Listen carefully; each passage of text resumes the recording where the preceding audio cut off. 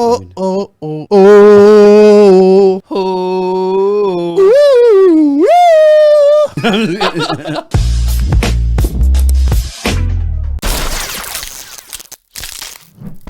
What up, though? Welcome back to World Heavyweights. I'm your boy Easy Joint, my man Fu Spenny, aka What up, Mr. what up, what up, Studio what up, Girl, what up, aka what up, what up, Spitball what up, Rex, what up? aka. You got any more nicknames? No, not More really. Rex, Spenny. Spinny. When I call you Spinny in front of people, they're like, "What the fuck?" Yeah. Which was my initial reaction to that, but like, I guess. You ever seen Kenny versus Spenny? No. It was a show on Comedy Central, I think. It was a pretty funny show. You know what's so funny? Well, it's not that funny, but Comedy Central's like Comedy Central, right? None of the bitches were funny. None of their fucking shows are funny. I never fucking. You watch? You look offended? Not offended. No, I mean, they got The Office is funny. Yeah, but They play The Office. They play South Park. Yeah. Okay, South Park. They had Dave Chappelle. Yeah, they had a Chappelle show for a while. Is Tosh Point still good? I don't even know if that's a show anymore. Yeah, I never really used to. They play fucking Friends on there now. Friends is fucking trash. Oh my god, how is that considered comedy? Friends is so trash. Oh man. Anyway, welcome back to the show. Shout out Better Rate Mortgage. Shout out. We're in the Better Rate Mortgage studios. Oh yeah, They're recording after us, so they're gonna sit down. And this chair's gonna squish, and they're gonna be like, "This is nasty as fuck." But these motherfucking nasty hell. yeah, you know, it is what it is. TJ Hockenson. Yeah. I was on BDE last week. Yes. Conversation came up. I feel like we didn't really get to finish it, but it's whatever. I'd rather have Tua. Yeah, 'cause of that shit. I'd rather have Kyle Pitts. Yeah, fuck. I meant to put that in the prep too. But anyway, TJ Hockenson. Obviously, we just took his 5th-year option. We're paying him $9.3 million this year. Yeah. But obviously, it's up for debate. Brad Holmes said there's already been internal discussions about re-signing him and Amani Oruwariye as well. Oruwariye. We just saw David Njoku. Yes, get paid. Yeah, he got the bag. Get a bag. $55 million over 4 years, $17 million guaranteed, and obviously is whatever. But also the cap hit's broken down. Yeah. Which those don't look that bad. What are they? I can't see them. So there's $3.3 million for this year, 8.4 for next year, and 2024 jumps to 18.4. And then 2025 it jumps to 19.1. That doesn't make sense to me. You think they would have front loaded it because they're only paying Deshaun Watson $1 million this year? You know what I mean? Yeah, I mean I don't know how that. I don't either, man. I don't understand that stuff either. There's no salary cap in the NFL, anyways. It's a fucking. It really is. It's a sham. It's goofy. Yeah, let me look at this shit again. Yeah, like how could you made a great point. So they're only paying Deshaun $1 million. $1 million this year. Yeah. Huh. And then they're gonna have to pay him like $40 million in a couple years. Maybe. So why wouldn't they front load Njoku's contract? They just re-signed Clowney too, if I'm not mistaken. Yeah. He was like $11 million. Nonetheless, they're gonna have to give fucking Myles Garrett a bag. They're gonna have to give Nick Chubb a bag. You know, and I don't know about the receivers. They don't really. I mean, they just traded for Amari, but Amari's already kind of got a bag. Yeah, too, he's right? getting a bag. 18 mil or some shit like that. So we'll see. They're gonna have to pay that offensive line too. Yeah, I mean, aside from the Browns, though, like bring it back to T.J. Hockenson. If you're going to break a contract like that down, it's somewhere like 12 to 15 million per year. Yeah, I mean, I think he's a better player than Njoku. I mean, sure Njoku hasn't stayed healthy, so you can't really quantify that as much as you'd like to. But with how the market's going, I wouldn't mind paying Hockenson. I think Hockenson, when he's healthy, he's proved he can be, top 10, borderline top 5 tight end in the NFL when healthy, when playing. He's, like you pointed out on BDE, he's a great blocker. He's a great run blocker. He's athletic. We all know that he won that tight end university thing a couple years ago, where he was with all the best tight ends in the NFL. I think it was hosted by Travis Kelce and George Kittle, and he won the whole thing for being the best, showing out the most. And he's rising. He's been showing that, and when he stays healthy, he can make a difference, especially now that we have guys on the outside to open him up across the middle, to where he's not the only guy on the offense they're prepping for, and he's the only guy on the offense that they're double teaming and stuff like that. I think we'll see better in his game. We'll see him get more open more often. He is, until JMO's healthy and ready to go, he's our best red zone threat. He's a big body in there. He creates space, and he's got good hands. So you love that in the red zone. And him and Goff have a thing. They like each other. So as long as Goff's here, which hopefully isn't too much longer, but having a good tight end like that is a great safety blanket for any quarterback to have. If you got a big body guy like that can run up the seam or just post up in the middle, go across the middle, it's a good target to have, and it's a good safety blanket for any quarterback. You look at all these great tight ends, and they're in great offenses. Mark Andrews is the best receiver in that offense. If Lamar didn't have Mark Andrews, what would he be doing? Because Lamar is not really great at throwing the ball down the field. So checking it down, hitting Mark Andrews on those balls in the intermediate passing game is really important. And then that makes their offense go well with that great running game. You look at, obviously, Kelsey in Kansas City, one of the best offenses we've seen in years.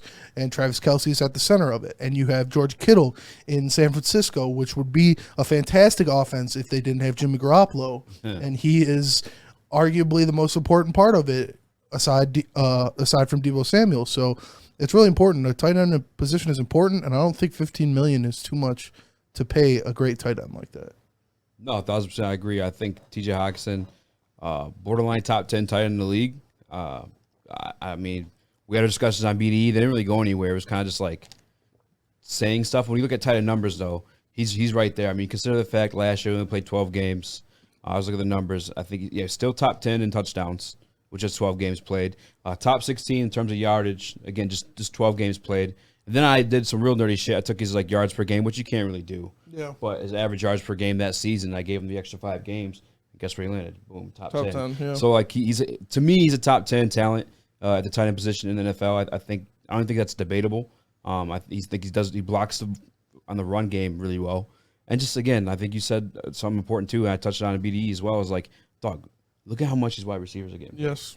There's no way I'm scoffing or crying at paying a guy 15 who can produce just as much as a guy that's getting paid 23. Yeah, would you rather pay T.J. Hockenson $15 million a year or Christian Kirk $25 million a year? You know what I'm saying?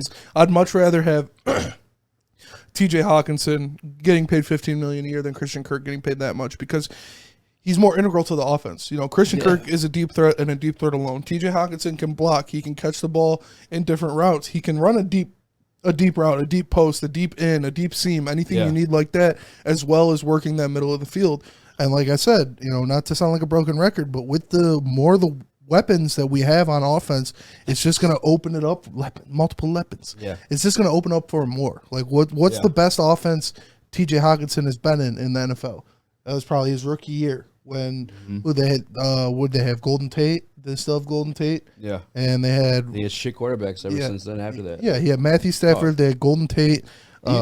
You said with J-Mo out, he's the best red zone. I think he's still the best red zone threat with J-Mo. With J-Mo in, you know what I'm saying? Specifically, just talking red zone. Well, it's tough when you have a big body receiver like Jameson Williams. Mm-hmm. It's easier for them to be more effective in the red zone because they're going up against defensive backs, and defensive backs are smaller just per capita. He's smaller than I thought too. Because I thought J-Mo was a bigger guy too. But he's 6'2". Yeah, he's 6'2". I mean, that's pretty big for a wide receiver. Chark's 6'4", I want to say. Yeah, it's Calvin was 6'5". Yeah, Calvin. Calvin, different freaking nature. There too. Yeah, 6'5", 45-inch vertical, fucking 4'4". Like that guy was 4'3", bro. Yeah, what a fucking what a freaking nature that guy was. I love watching Calvin.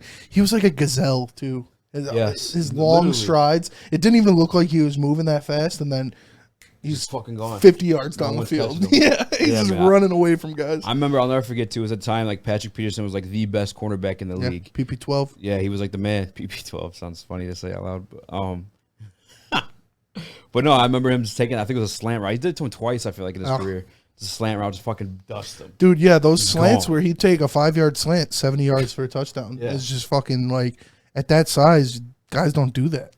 That's like Julio Jones is the closest comp, physical wise, build wise. They tried throwing DK in there too, but I mean, DK showing this past year, what Calvin did was truly special. Yeah, Calvin kept that consistently, and mind you, teams. The quarterbacks that Calvin had. Yeah, you know what I'm saying? I mean, most of his career was with Stafford. A lot of his career was with Stafford, but in the beginning, before Stafford, still doing numbers. Really, Stafford really figured out how to be a quarterback in the NFL, and he was just throwing that bitch. And then he also played with John Kidna, and he played, some with Dan Orlovsky and who's Sean in it? Hill. That's and what it is. Sean, Yeah. Hey, Sean Hill is the man, dude. Yeah, I was That's saying, back up in the league for a while. oh, for sure, without a doubt. But it's it was impressive to watch. 1,000%. But back to the TJ point, man, like 100% worth 15 mil. Yes. This guy's blocking, especially like look at this contract too. And I obviously Hawks can get paid more. His production, I looked at the numbers. His production is a lot more than the Njoku's. I don't have the exact numbers in front of me to say. And sorry guys, we're like recording. That's why we're able to put the graphics up and be sweet for you this time. We're like managing the stream as well. But his numbers are way better. So Hawks can get paid more. But if you're able to structure a contract similar to this, like those first 2 years, he's only getting paid $11 million. Yeah. You know what I'm saying? And hey, if Hawk, obviously health is the question on him. If you're questioning that at that point in his career, like you cut him. You cut him. Yeah. It is what it is. You know what I'm saying? You can't he's going to want guaranteed money. That's NFL players deserve reasonably request guaranteed money. They deserve guaranteed money more than any sport because we've talked about this before. You can die on any play, like literally die. And so he's going to get guaranteed money. We'll see how much of it is guaranteed. I wouldn't be surprised if a majority of it is guaranteed because he knows he's injury prone. He knows he hasn't been in the best health of the past year, so he's going to want that guaranteed money to where they can't, if he's out for a year, he's still getting paid that money. And I'm cool with it. Like it is what it is. We need a tight end. What's the James Wright, the guy we drafted? Is that his name? James Mitchell. James Mitchell. Yeah. If he comes in and he's a stud, awesome. Yeah. And then we cut Hawk or we trade Hawk and we move on. But right now, Hockenson is an important part of the offense. Mm-hmm. He bolsters and already like adds on a little ball tickle to already great offensive line. You don't really factor. Shout out the girls who ball tickle. Shout out to girls who ball tickle. You don't really factor. It also scares me too when they do that. It's like, how many niggas you been It's like when they're sucking your dick and they slip a nut in. Oh, all right. You don't really know, but you don't really factor in a tight end into the greatness of an offensive line. But when you have a guy like Hawk who can block well, it's just he just does. It's a plus, and so and he helps chip those ends. You know how much easier that is for Penny Sewell and Taylor Decker to where they have Hawk next to him, and they know that when Nick Bosa's out there, Hawk's gonna smack him into the line, so they don't have to worry about trying to go all the way as a tackle. Like I was a former offensive tackle, I know that feeling. It's when you're going up against these athletic dudes that can take the wide stance on you, that's weighing a lot on your mind is I got to get out there, and then they cut it back in the middle. And when you have a tight end on that side of you, they're not going to let them get there. They're going to chip them back into your in shoulder. So it just makes blocking them a lot easier. And to the point too, like to discuss like the money part, which that's the beef with it. Like, is he worth the 15 mil? You got to look at like what the offense he's surrounded by in. It's just two guys on rookie deals, and Amon-Ra St. Brown, yes, and now Jamison Williams. You're gonna be able to afford to pay Hawk that 15 million. Exactly. You know what I'm saying? They have all that money. They might as well use it on a guy who's proven that when he's healthy, he can be a borderline top 5 person in his position group. There's not, aside from the Kelsey, Kittle, Andrews, Waller, and Kyle Pitts, maybe. I don't know. Yeah. It's hard to. Kyle Pitts isn't even a After tight that, end. Kyle Pitts doesn't play tight end. Area, you know what I'm saying? Yeah, then it's like Hockenson, Njoku, Hunter Henry, Jonnu Smith, Mike Gesicki. It's all those guys that you throw up there. Goddard, yeah. Goddard's good though. I think he's going to take a big leap this year. But Kyle Pitts, you can't even really classify as a tight end because he plays off the ball 90% of his snaps. So I think, when you got a guy, Hawk's a guy. Hawk's going to be a guy that when he's playing, when he's healthy, he's going to perform at a great level. Maybe not elite, maybe not top 3, but close. And you pay him the going rate. That's just what you do. Yeah, 100% worth it. And then simming into another topic we talked about on BDE. Yeah. Flannel Sam, man. Flannel Sam, dude. Some wild predictions. Yeah, they were calling you bad take easy. Chat's been fucking roasting you when you're not in there. They always call it bad take easy. BDE stands for or BTE is bad take easy. And like Flannel Sam, this guy said Hutchinson is going to get, what did he say, 12 or Sacks. 13? Yeah, 12 sacks. 12 sacks. He's going to be a Pro Bowler and win Defensive Rookie of the Year in his first year. And he said DeAndre Swift is going to lead the NFC in rushing yards, not all-purpose yards for a running back, rushing yards. And I like our offensive line. I like how DeAndre Swift has looked when he's healthy, but there's nothing that leads you to say that he can stay healthy for an entire season because of what a demanding position that running back is. And if he can stay healthy, I still don't think, like I said, I think he's going to be third in his division in rushing yards. Yeah. Because you still got Dalvin Cook and Aaron Jones.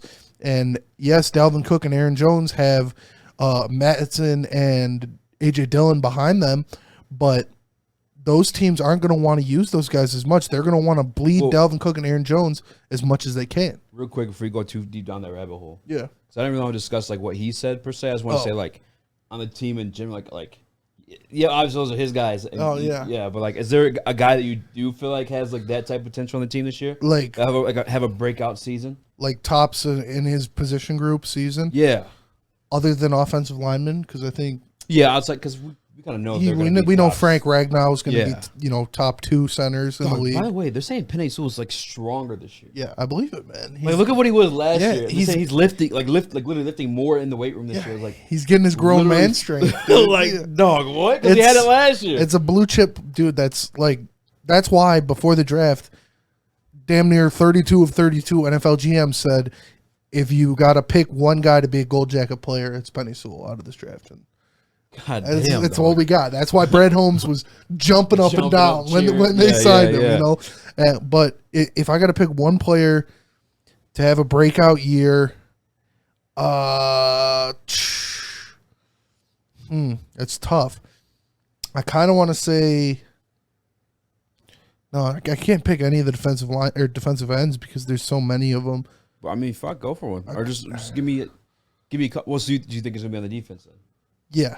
I think I think our offense is. We're gonna spread the ball around a lot, and we're talking like they're gonna be talking about him on like Good Morning Football type shit. I think it's gonna be Amani Oruwariye. I like that, dog. I like that a lot. I'm not gonna say people. I'm gonna say who it was. My man, shout out to him, and if he's back doing it, Lions camp. There go Mobby. He was always kind of hating on Amani Oruwariye. Yeah. I'm like, dog, like he's like he had a great year last year. He had 6 picks, something like that. 6 picks, led the team. He was, I think, like second or third in the league. Like, yes, like some of that shit was like, it just happened to be there, but like needed to be. That happens. When you're with good players, that's what happens. And that's what he was doing. Yeah, he was where you're supposed to be. You're doing your goddamn job. Yes, you know so like that's clearly happening for a reason. Mm-hmm. And the year before that, even with Patricia as well, I thought he was one of the better cornerbacks on the team. Yeah. So. But no, I like that pick. Yeah, no, he's a bigger guy. He's like 6'2", 6'3", and we haven't had that in a while. We haven't had a big defensive back like that to put out there. And he's not just big; he's fast. He's quick. He's got the quick movement, so he can go with cuts. He's got great ball skills. Obviously, he had 6 picks last year. We all know that amazing interception he had against the Cardinals, where he dove in front of whoever it was, AJ Green or somebody, picked it off and almost scored a touchdown. It's impressive to watch, and I think defensive back, they come and go. Other than like the truly greats, it's always a different defensive back that is the best defensive back in the NFL every year. Fair. Every year it's a different guy, and they'll be good for like 3-4 years, and then they'll fall off. Yeah. Unless you're a Jalen Ramsey or a Deion Sanders or somebody like that. It's the nature of the position. Yeah, and get older, you got to keep up with top tier athletes. Yeah, exactly. Yeah. And that's I'm not comparing Oruwariye to Jalen Ramsey or Deion Sanders by any means, but I think he can sneak into that top 3 defensive backs that change every year. He can be the Nnamdi Asomugha, the Stephon Gilmore, the Darius Slay did it a couple. Darius Slay is still performing at a great level, but he was a top 3 defensive back in the league for a couple of years, and I think he has the skills to do that. I really do. I'm impressed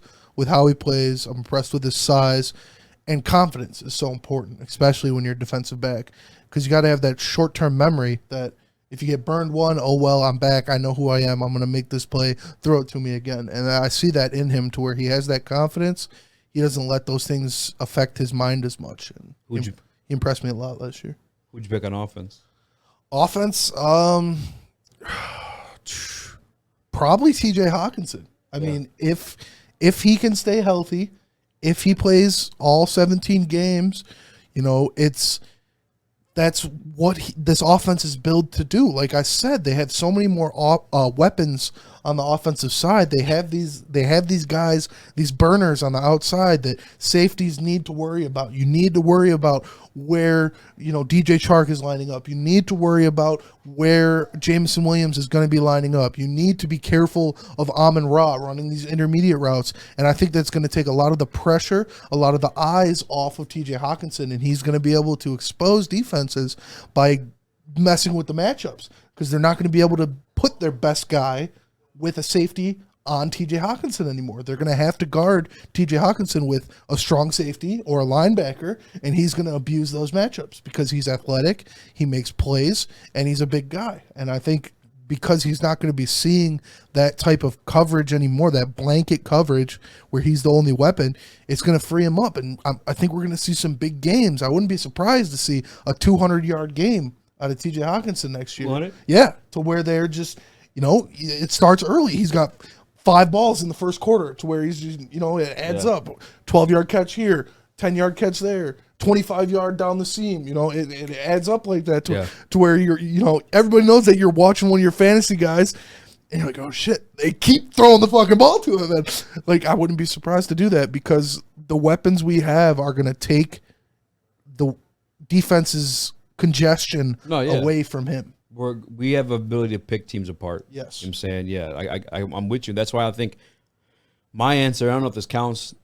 I mean, they all count, dude. We were a 3-win team last year. But I'm going to go ahead. I'm going to say, I've been saying it too, but Amon-Ra St. Brown, I think for all the same reasons, right? Like Jared Goff, as much as people like to think that he has a deep ball, I think Chris Sims said that he has a deep ball, but it comes out slow and it's really wobbly when it gets there. But like, excuse me, I think because of that, though, and he's reluctant to throw it. Yes. Say what you want. You could think that he could throw it, but there's a reason why he's not. Yeah. You know what I'm saying? And maybe it could be because we were shitty last year. Who knows? But I think that Amon-Ra St. Brown and TJ Hockenson are going to be the beneficiaries of that, like hugely. Again, like you said, those intermediate routes, those short slants, those drags, like all those types of plays. And Amon-Ra, too, the one thing I like about him specifically or especially is that he has that yak ability, man. Like you see him, he runs the football. He breaks tackles when he runs the football. You know what I'm saying? So, like, that is a guy you want in those types of positions all day. Oh, snap-a-doodle pop. There we go. I don't know why I said that like that. Oh, snap-a-doodle pop. I'm with you on that, too. I love me some Amon-Ra. And him excuse me, him and Goff formed that connection last year down the stretch to where, like I said, I picked up Amon-Ra on my fantasy team, and he was getting 25 points a game for the last 6 weeks of the season. And you need that. That's going to be his safety valve. And like you said, that's why I said that kind of outrageous statement about Which one? TJ Hockenson getting a 200-yard game is because, like you said, we're going to be able to pick teams apart. Mm-hmm. There's going to be games where they don't guard him as much or they don't guard another guy as much. And so TJ Hawkinson's going to be getting that linebacker matchup. And so why wouldn't you abuse that? Amon-Ra is going to be getting...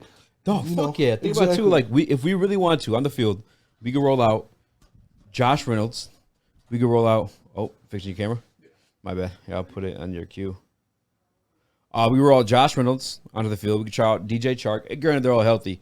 Jameson Williams, Amon-Ra St. Brown. They don't have to be Josh Reynolds either. Like, I laugh. Quintez Cephas, your boy. Yes, dog. Like, laugh if you want. Quintez Cephas. He's solid, man. Yeah, he looked fucking. He had his moments to look good last year. Yeah. Like, if you're saying he didn't, I think you're a clown. Yeah. I go that far. But there's a bunch of bodies out there we put out that, again, is going to put TJ in favorable matchups. Yeah.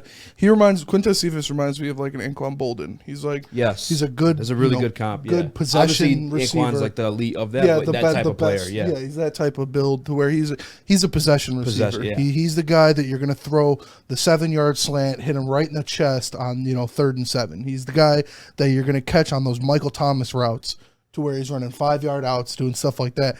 And you need that. You definitely need that. But to your point, we run a 5 wide set with on one side You know, you got JMO up front, Chark on his back left, and Hawk on his back right. And on the other side, you got Amon-Ra and Swift, or Amon-Ra and Josh Reynolds. Yeah. And so you got 3 burners taking it down the field, and then you got Swift, or you got whoever else, and Amon-Ra. You got Hawk and Amon-Ra cutting up the middle, maybe doing a crossing route in the middle while everybody's going deep down the sidelines. Yeah, you mentioned like another name I didn't even say. Like you said Swift too. Swift's a threat. Yes. Swift was one of the better backs when healthy last year. I think he had the most scrimmage yards up until he hurt his arm or shoulder or whatever it ended up being. I apologize for not remembering, but he had the most yards from scrimmage of any running back. Yeah. And majority of it was from catching those passes out of the backfield. Like, dog, he has that same ability too. Yes, he does. Say, he man. does. Like, He can line up out on those bunch sets. Yeah. Or we can do, I'm excited to see Ben Johnson get creative. Yeah. I'm excited. I want to see 3 backs behind Jared Goff. Jared Goff lining up there. He's got Swift, he's got Jamal Williams, and he's got Amon-Ra all in the backfield. Yeah. And it's just like, where the fuck are you going? And then Shoving you hit Hawk on a fucking seam route where nobody's at.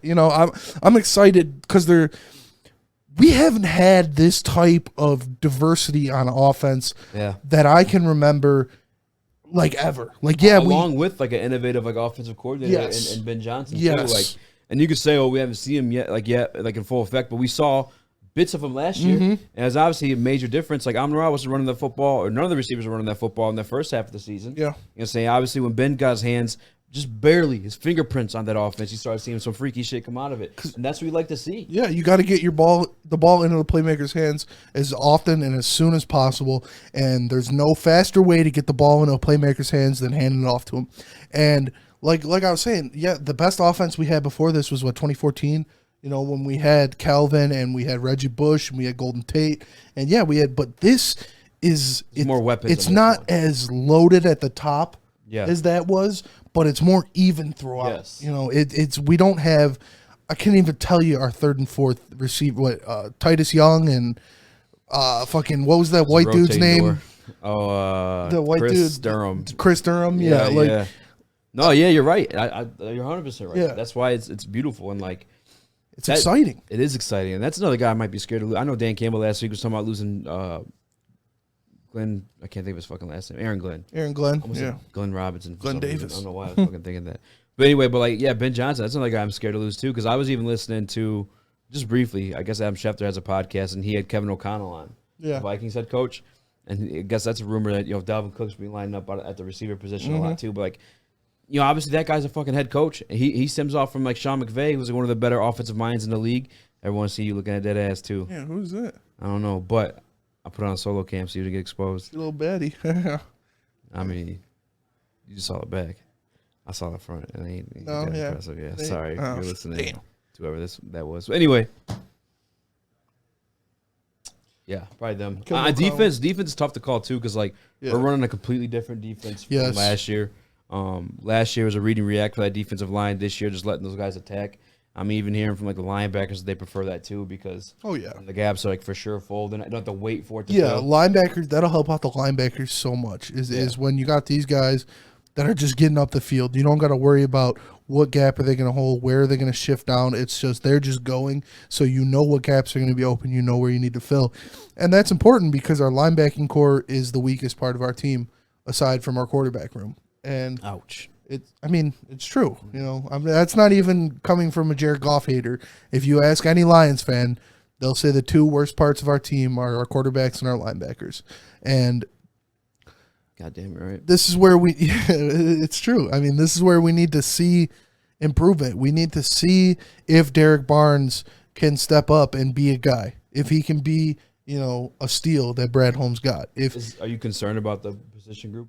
Yeah, I am a little bit, honestly. You know what you're going to get from Anzalone. Anzalone had a good year last year, but he's nothing, no game breaker. He's a solid player. Don't get me wrong. He's a solid linebacker. But if you got Jared Davis fighting for a starting spot, you should be worried about the group. And I like Derek Barnes. I liked what I saw out of Derek Barnes when he played. I think, obviously he can get better. It was his rookie year, and he didn't play as much as he should have. But we're going to have to see that it's a prove-it year for all of those guys. Maybe Malcolm Rodriguez our boy, steps in. Aaron Glenn was talking about him Maybe he gets a so spot. was Coach Shepard. He's obviously he's going to be the guy at practice that everybody loves. He's going to be the guy he's going to be a guy that stands out on Hard Knocks because he's going to be flying around the field. Yeah, and they were and saying he's fucking too. cock diesel, dude. Yeah, Coach Shepard was saying like he's answered every single one of his defensive assignments, like in the film room. Yeah, answered everything right.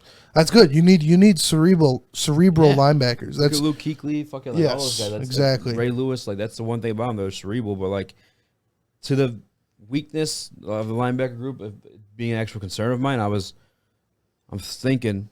And we kind of discussed this a little bit with Scott as well, but I don't know that. Whatever, hot take easy. I'll take it right now, but I don't know that linebackers are as important as they used to be. They're not. Like you look at the Super Bowl champions right now, the Rams. Do you know their middle linebacker?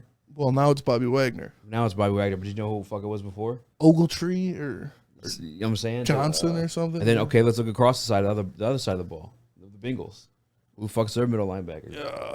Hendricks or something? Like I don't. Yeah. You know what I'm saying? But you see how it's like that. Like we could drum out. Obviously, we're all football fans. Like if you're listening too, like obviously, you know what I'm saying. Everyone's gonna think of a name, but you did the. You know what I'm saying? Like, because the linebackers aren't what they used to be. It's a different type of game. It's definitely true. That's why I'm not really tripping. Especially like guys too. Like if again, I'm maybe pumping up the train on Rodriguez, but like.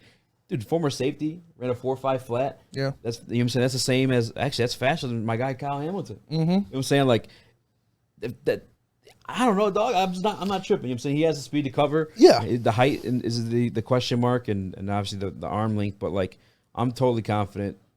I'm not confident, but I'm not tripping over the lack of names, I should say. And they're young too. Yeah. You know I'm saying like they don't have a chance to make their name yet. No, what you said is definitely true that it's not as important, but also you can go on the reverse side of that and to like you look at the Bucks. Everybody knew all of the Bucks linebackers. Yeah, they were just stacked everywhere. Though. They were stacked everywhere, but when you have a good linebacker, a great linebacker, it just helps out your team that much because, like you said, they're cerebral. They're calling the defense. They're making reads. They're being where they need to be. You look at a Darius Leonard, like that guy is a game changer. He is probably the best linebacker in the NFL. He is impressive. And it's not as much of what linebackers used to be because they're not nobody's running the ball 40 times a game anymore unless you have Derrick Henry. And it's impressive to watch those guys adapt to their position needs. Like Darius Leonard turns into, this turnover machine to where he's, stepping across or stepping in front of crossing routes. Yeah. He's getting the backs outside of the backfield. He's making turnovers. And you look at other great linebackers and what they do, like Micah Parsons. He's a rush guy. That's basically what he is. He's not the middle linebacker that everybody thought he was out of Penn State. They basically changed his position like he does it all though. 4 games into the year. Yeah. That's why he's like such a jewel at the linebacker position because he could literally play any form of linebacker that you want him to. Like there's no But at his best, at what he is, at his best though, he's rushing the quarterback. That's where he was. That's when he was used at his best. He got a crazy amount of sacks when they just put him on the defensive line, and it's impressive to watch. And it definitely helps, but it's more important to have good coverage and good pass rush than it is great linebacker play. Yes, it's a luxury to have great linebackers. Exactly, that's what I'm saying. Like. It's the thing of the old, man. Obviously, like you said, it's a luxury. Yeah. It's not a necessity. It's not a necessity. It's not, like you said, not the pass rush. It's not the safeties you need to. Because those are other positions that call up plays for you or make decisions for you. Yeah. To spit on down because they have view of the whole field. So, 100%. Like, I'm not really tripping. Plus, I have high expectations for Malcolm Rodriguez. And I'm not talking high in terms of Luke Kuechly or anything like that. No. I know we're damn sure gonna know when he's on the field. You know what I'm saying? For sure. He's definitely. I don't know, man. Maybe I'm going too far into it, but like I'm pretty fucking confident he's gonna be. No, I mean it's not crazy thing to say that Malcolm Rodriguez could win a starting job because our linebacking core is that weak. Like, he's gonna beat out Derek Barnes or Alex Anzalone or Jared Davis. No way. Like you can't say that. You know, all those guys are beatable for their position. And if this guy comes in, if he's making all the right reads, if the coaches love him because he's supposed to be where he's supposed to be. He's making these hits. He's coming up, filling these gaps. It's important, and he's hungry. You know, because he was drafted late. He wasn't the best prospect. He's undersized, but he's done nothing but make plays in college. He's done nothing but. Micah Parsons 13 sacks last year. Yeah, that's what I'm saying, dude. He rushed. They strictly used him as a rusher for like the second half of the season, and he did great. But I'm excited. Emrod, dude, he could be the lightning bolt in that defense and running around, making plays, lighting dudes up.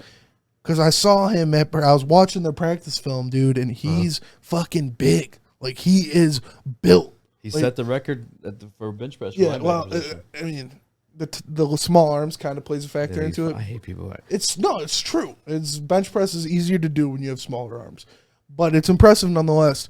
But you still need the muscles to do it. Yeah, definitely. And they put this GIF, and it was like him doing a coverage drill, and he like made the pick and started running up the field, and it was like, yes. Malcolm Rodriguez is not wearing shoulder pads in this picture because he was literally, dude, he's looking fucking huge. Yeah, I love it, man. That's what we need. That he's a big MCDC guy. Like I could see both of them fucking slamming beers after a win, eating churros. Yeah, like fucking, drinking some cerveza. Like it's awesome. We need as many guys like that as we can because even if he doesn't crack the starting lineup, he pressures the guys that are in the starting lineup to do better, to be better. Because if they make a mistake, they know they got this rookie chomping at the bits. Like, give me that fucking spot. And if you get your spot taken, you might be Drew Bledsoe. You might never get it back. Yeah. It's all about opportunity in the NFL, and he's waiting for the opportunity. I hope it arises, and I hope he pounces on it. That's the beautiful thing, too, about, like, the linebacker position group being a question is that, like, these guys are in their A game because they're all fighting for a spot. Yes. You know what I'm saying? And that's going to carry on throughout the season because they've, again, busted their ass because they knew there was opportunity there. They're going to carry that into the regular season, too. Say there's an injury or guys just not working out. Like, they're all going to be, I guess, on their shit. Yeah, for sure. And that's beautiful. And they preach this throughout the entire offseason. Dan Campbell and Brad Holmes, they want those type of guys. They want that to be the team mindset. You know what I'm saying? Yes. Hungry, willing to learn, and that's what we have, man. Everybody's young. It's a good mix of veterans. Probably not so much the defensive line now that we have Flowers gone, but there's still Brockers. That's a good vet to have there in the linebacker room. Brockers might get cut. You can say what you want about Anzalone in terms of like his play on the field, but like he's a solid pro. Yeah, and his game very well. He's quite clear. Is a cerebral game. Yeah, it's for more sure. X's and O's and breaking the play down because he's not the best athlete. We saw it last year. So like, but to have that type of mind in the locker room, you're saying like to keep his high motor ass. His wide man. The league for as long as he's been like he fucking knows the game and like he's gonna pass that along to those guys too. So and that's another thing. Yeah, you hit it right on the head. Is what DMAC would love this. The culture they're being brought into. The culture they're being brought into these rookies now. It's not a Bob Quinn, Matt Patricia, Matt Millen culture to where it's oh woe is me. We're the Lions. Blah blah blah. It's Bob Quinn or it's Brad Holmes. I was about to say stop. I don't know why I keep saying Bob. Brad Holmes and Dan Campbell fucking, snorting cocaine in your face. Whoa. No, but you know what I mean? Like, hype. Like, let's go. Fucking, you see them reacting to these picks. To your pick. Like you saw his reaction to your pick. You're like, damn, I got to. Yeah, these guys love me. These guys love me. They're hyping me up. Yeah. And that's why I'm so excited for Hard Knocks to get a look behind the glass. To see Dan Campbell at practice actually fucking being Dan Campbell, All right, this is like an off the top topic. Biggest star of Hard Knocks. Off the topic. Three.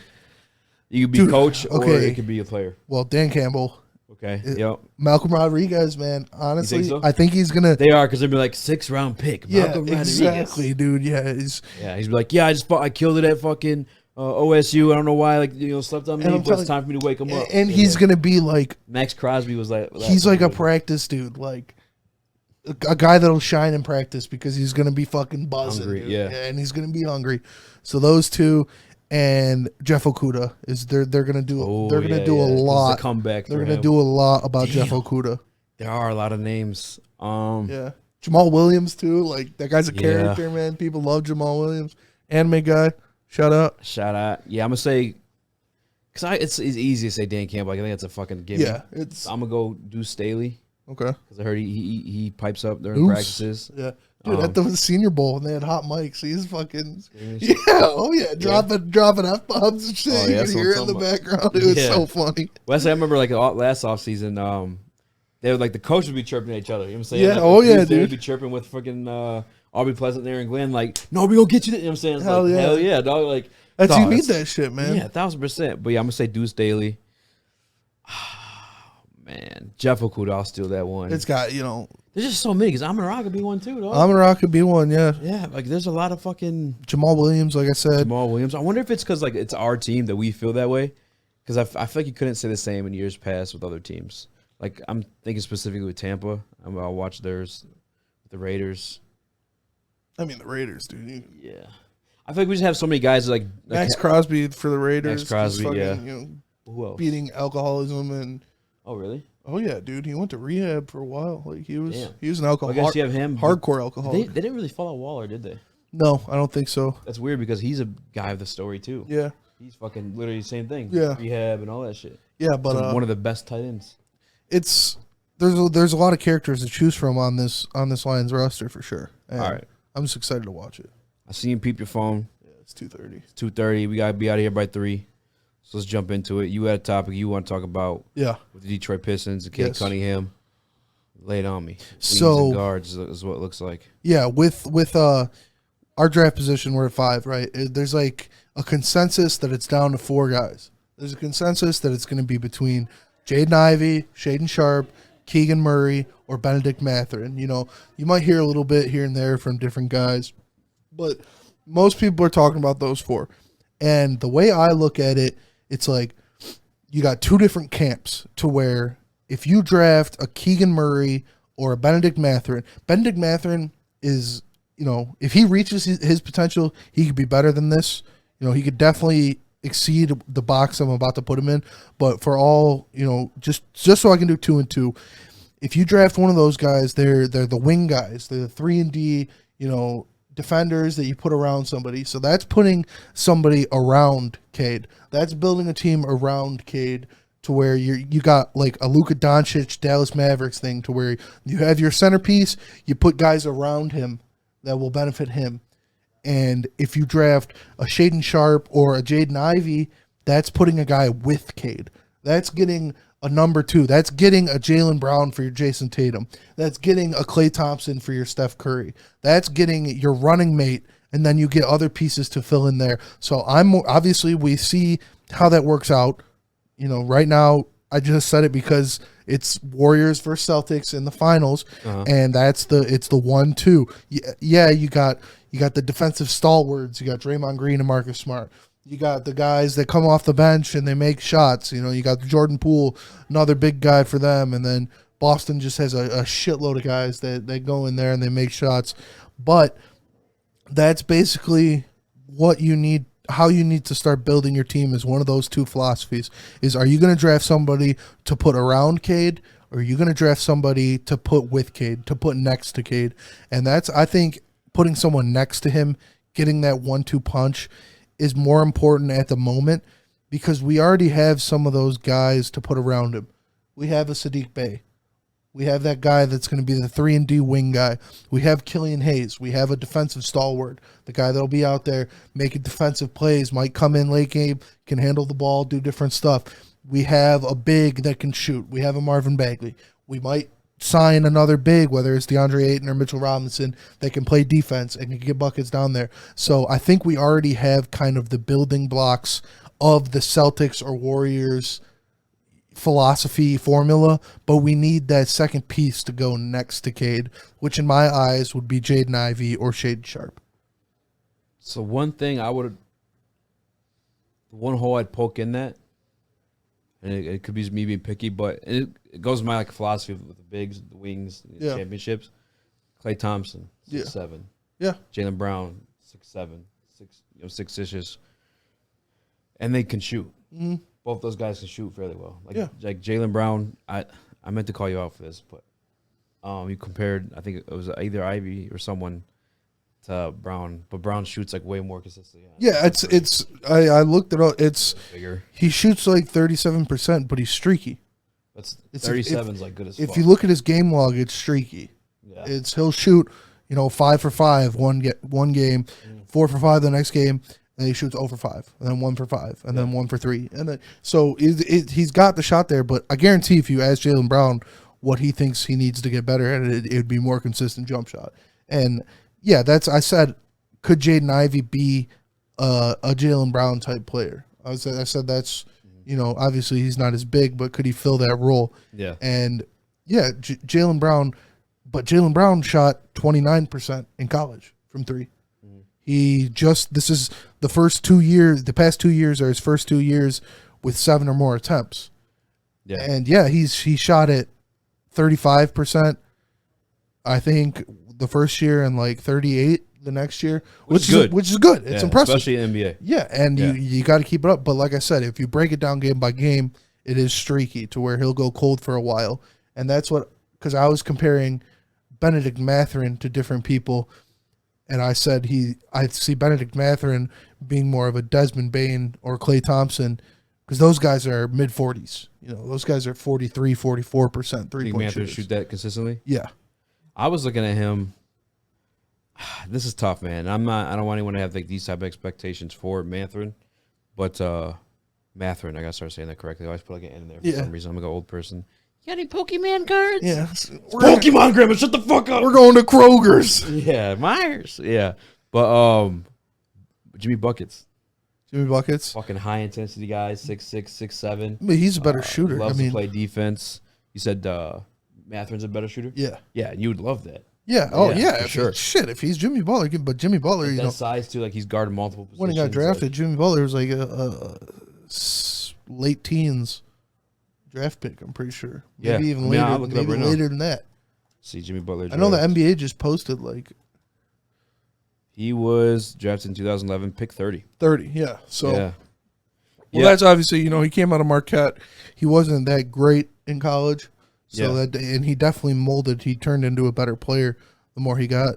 But I like Ben Mathurin. I would not be mad if they picked Shaedon Sharpe, Jaden Ivey, or Ben Mathurin. I don't want Keegan Murray really. It's because I don't think Keegan Murray can be a star in the NBA. I don't think he's gonna be a star. I think the other 3 guys have potential to be a star. He's for sure like the most complete guy. How tall is he? It's not 6'8", 6'8" or 6'9". I'll look it up right now. But out of those 3, like, and again, because this kind of goes along with this kind of, I think he took both our like philosophies here and meshed them together.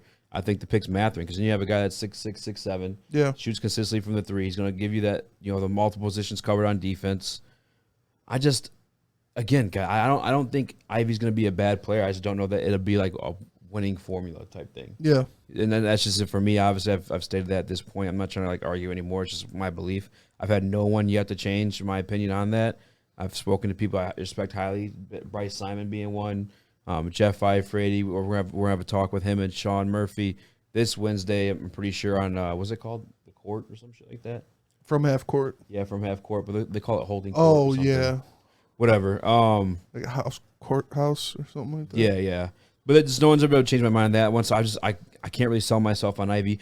Granted, I guarantee they win games. I think they're going to win games regardless to get people around Cade, because Cade's going to continue to flourish and get better himself. Mm-hmm. It's just I'm talking about winning championships. I just don't know that he's like that. That's not winning, Joik. Yeah. And even when you look at Sharp, too, and there was some shit that came out this weekend, and I meant to watch it, but I got busy.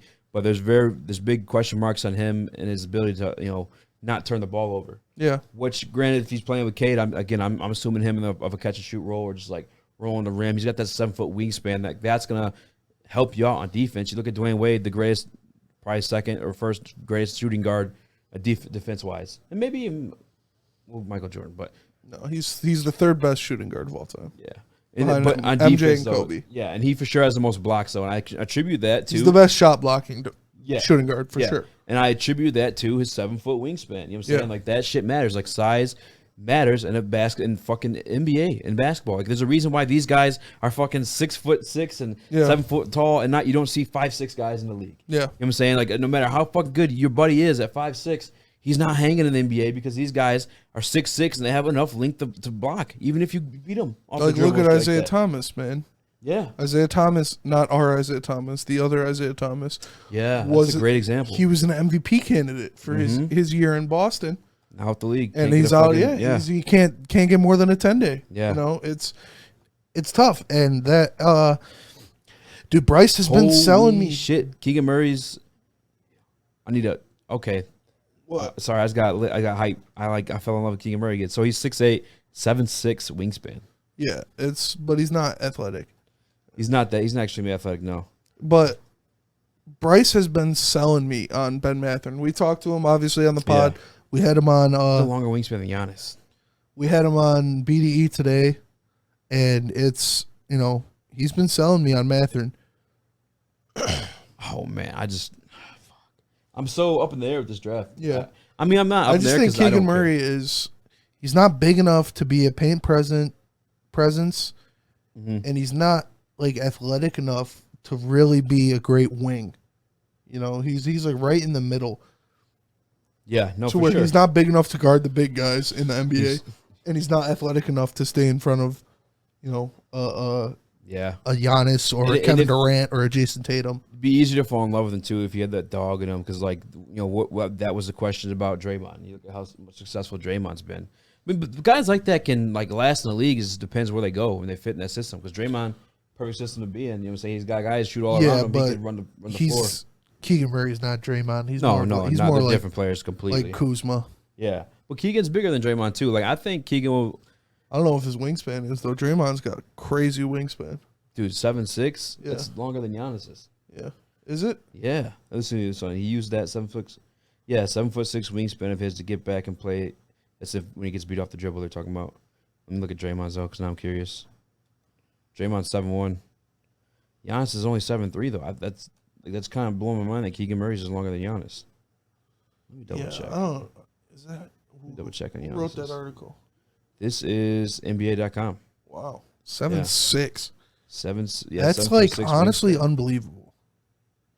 Yeah, that's why I'm like tripping right now. I'm trying to like find something for it to be fake, but that's what, according to NBA.com, this scout is Josh Cohen, digital news manager. Yeah, but I like Ben Mathurin. I do. I like Mathurin, yeah. I like Shaden. Who are your power rankings in terms of like at 5 right now? Shaden Sharp, Ben Mathurin, Jaden Ivey, Keegan Murray. I think I'm going. Oh, it's tough for me, man. It's really tough. I just want the changes upside every day too. Shaden Sharp. Yeah, I like the upside of Shaden Sharp. Yeah, I'll probably say Sharp. Oh, man. Mathurin, Murray, and then Ivy. I just come on, dog. At 6'4", like the shooting guard spot, like I don't know, man. I don't hate him as much as you do. I know, like, for sure. I'm thinking like championship wise, like you just don't really see that. Yeah. Even throw out the archetype fit argument that I make, talking 6'4" guys, like, as a 2 option or 1 option on teams winning championships. Steph Curry, bam. That's it. Yeah, how tall is Ray Allen? Ray Allen's probably like 6'7". Yeah, but then you have Paul Pierce and Kevin Garnett too. Yeah, and Ray Allen's cold-blooded shooter. Yeah, you know what I'm saying? Yeah, and Ivy's not. Yeah. He's not a cold-blooded defensive player either, you know what I'm saying? Like, the only thing he's really great at is being athletic, and that fucing scares the shit out of me because, like, what is that at the end of the day? You know what I'm saying? Like, we have that. I know disrespect, but, like, Saban Lee, Hamidou Diallo, Dennis Smith Jr., yeah, extremely athletic guys, explosive guys. Yeah, I saw people like having us sign Malik Monk and then draft Jaden Ivey, and that's like having like Malik Monk, Jaden Ivey, and Hamidou Diallo is like, yeah. Malik Monk's probably the best shooter out of the 3 of them, and he's still not that great of a shooter. He shot well. No, yeah. The 1 year with the Lakers. That was supposed to be his MO coming in the league too. He's supposed to be like a shooter. Like, that was supposed to be he's a freak athlete though. Yeah.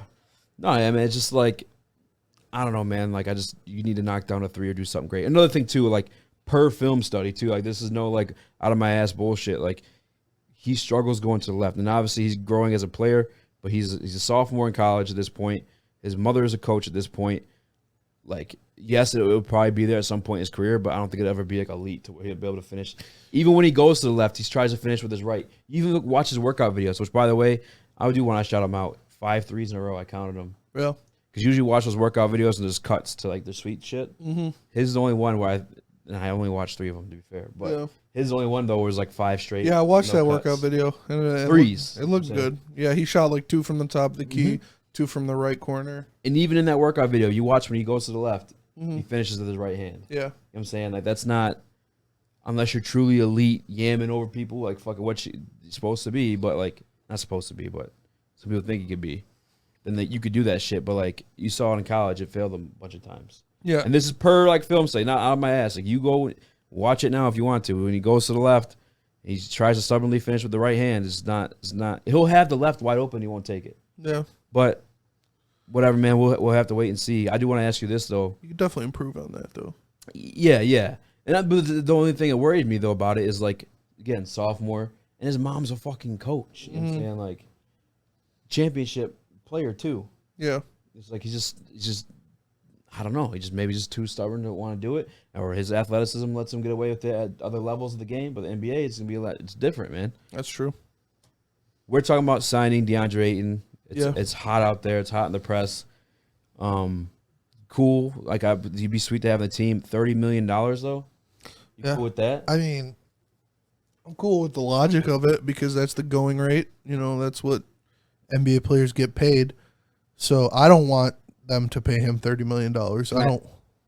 Real quick, because Jalen Duren is in the draft as well. Yeah. And I think we can get the Kings pick at least, or Trailblazers. Trailblazers, yeah, at 7.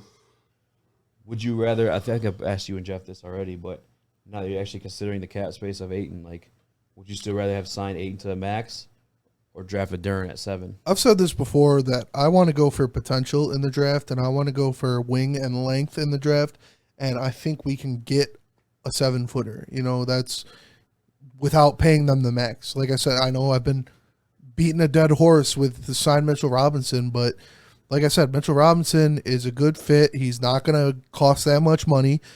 You can get other guys. If you need a 7-footer, you can get a Steven Adams in a couple years. You can get a Jonas Valanciunas in a couple years, because guys like that, it's tough to pay them the max because they can't be on the floor in some series. Like when you're going up against a Warriors team or you're going up against a Mavericks team to where they don't have a 7-footer. If you have a 7-footer out there that's not Joel Embiid or Jokic, it's tough. It's tough. Even them have come off the floor. Even them. But I mean, Jokic and Joel Embiid, obviously MVP stupid candidates, so you're not taking them off the floor. But with a guy like Ayton, who is a great center, but he's not to that caliber, he can't. Is he elite at defending the rim? I wouldn't say he's elite. He's a good rim defender. He's something that the Pistons don't have, where they're gonna have to think about it.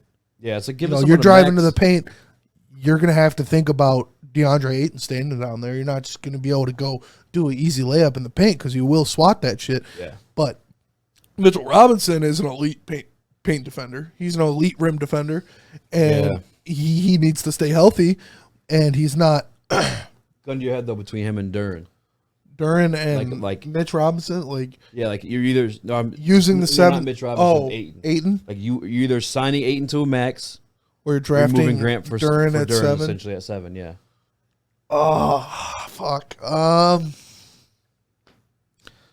probably take Duren at 7, and then I would use that money to pay Miles Bridges. I think I'm with you. You know, or use that money to get a wing guy because I like Ayton, but he's not really like elite at anything. He's a good center. He's good. He's good around the basket. He's got a jump shot. He does. He didn't use it much, but he has a pretty good jump shot, and he can defend the rim for sure. He's not an elite rim defender, but he can defend the rim. He's an above average rim defender, and he's a great rebounder, which is what we need. We need a rebounder and a rim defender. We need a paint presence. We need a guy that, like I said, guys are going to be scared to go in the lane because DeAndre Ayton or because Mitchell Robinson's in there. We need a guy that's going to get rebounds, that's going to get those, 12 rebounds a night to where he's just getting to that next level. He's getting over people. And we need everything that Andre Drummond should have been if he wasn't a pussy. Like a freak athlete, can get 20-20 on any night, but it means something. Is not going to pout every other game. We need a guy that, like, Andre Drummond pissed me off because he had all of the like physicals of being one of the best defensive centers in the NBA. Yep. Like freakish athleticism, wingspan, big. Like, come on, dude. It was just, I don't know, man. That shit pissed me off. It was extremely frustrating. All we grew up watching Ben Wallace. Yes. Like, for us, he's 6'7" and he's a better defender. He's 6'5" and he's a better defender than you are. Like I know. I'm just kidding. Yeah. But no, like us growing up with that, I think we'll always have that frustrating. Yes. I think also as Pistons fans, like the bad boys, how tough they were knowing they won a championship, and then having Ben Wallace, like we'll always be highly critical of our big men because it's like we saw maximum effort from smaller fucking guys. Yes. And equivalent to a championship level. So you see Andre Drummond out there, and it's gonna be probably the same with Ayton. Watch him too. A little frustrating. I wouldn't go that far because I respect it. He's not that. He definitely has a little bit of the poutiness, but I think that's more of just he's young and. I fucking hate that too. The poutiness from a center. Yeah, it's come on, dog. Unless you can spread the floor, shut the fuck up. It's not like Andre Drummond level bad. Like he plays hard. He goes out there and he plays, but he's not. I don't know. It's tough to put it. He's not Andre Drummond by any means. Yeah, but he's definitely got a little bit of that in his game. All right, we got 8 more minutes. We got to hop out this bitch, and a slow season. Heavyweight Hall of Fame. No.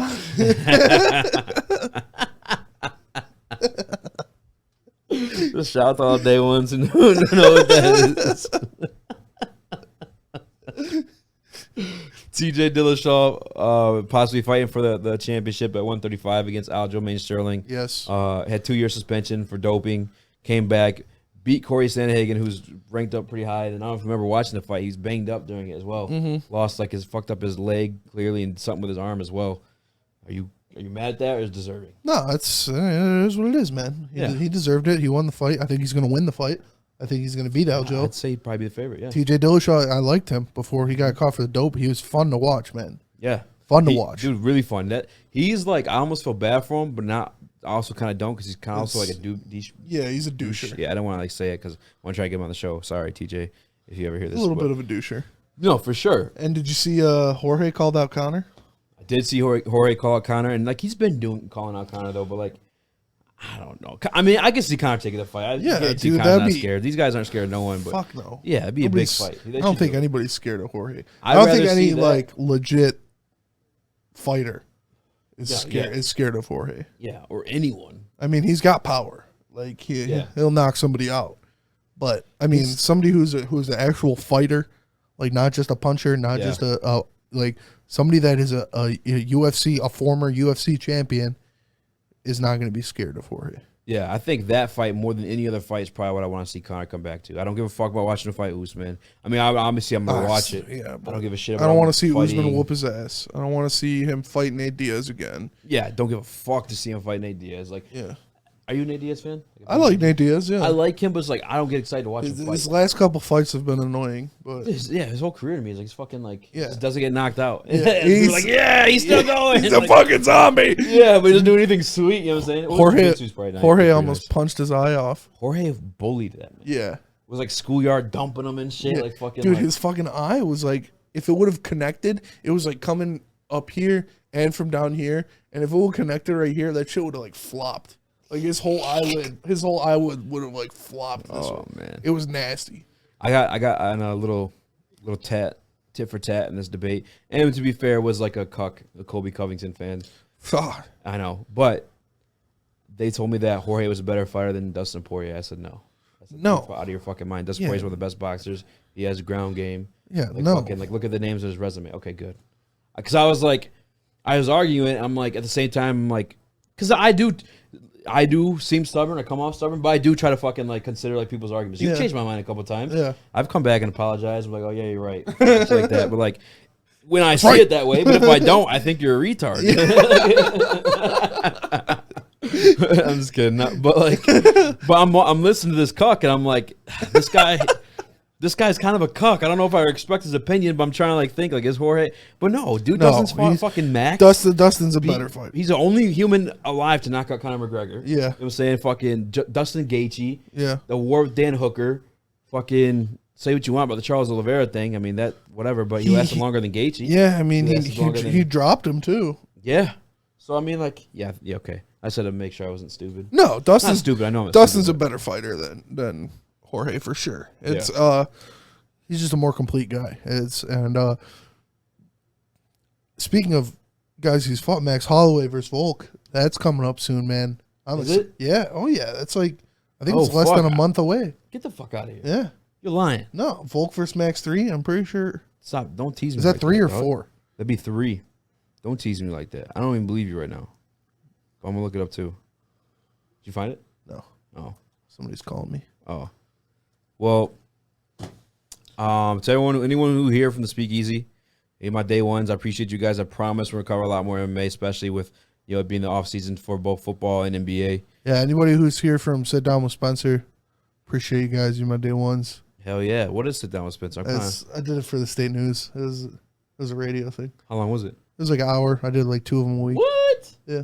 For real? Yeah. Oh. Dude, I told you I did this shit before this. I just didn't believe you because you suck so bad. Yeah. No, I'm joking. I didn't believe you because you're fucking trash, bro. No, yeah, I did this shit. I've been doing this shit. Okay. Hey, well, be a friend. Tell a friend. Hit the like button. Like, subscribe. We appreciate you guys. You know, For sure. If you guys ever want to come on to or like leave like your opinion or take, like send that to us on our Twitter DMs. I'll play send that us, shit on the show. send us some Oh, videos. hey, yeah. Send us some videos. You talking, and we'll play it on the show. 1,000%. Yeah, Josh, if you're listening, you made it this far, bro. I know you always got some shit. yeah. Send Going on us, bro. send us a video. Keep it like under 30 seconds to 30 seconds. We'll play Yeah. that shit. Yeah, 45 seconds. A minute too long. Minutes too long. Yeah, 45 seconds. We appreciate you guys. Supporting us. We're Oh, almost yeah. there. We're like 40 subscribers away from hitting the promised land, man. So Kind of crazy. tell your friend. Yeah, bro. Yeah, Fucking doing that thing. yeah, we are, man. So tell your friends, tell your family, make a YouTube account for your grandma, subscribe to us, Oh yeah, Grandma watching heavyweight. do that shit. We appreciate you guys a lot. Shout out one more time, Better Rate Mortgage Studios. Shout out. You need a mortgage, you need anything, get it done with Better Rate, baby. Give me some ganja. Give me some ganja. Give me some ganja. Give me some ganja. Give me some ganja. Give me some ganja. Give me some ganja. Give me some ganja. Give me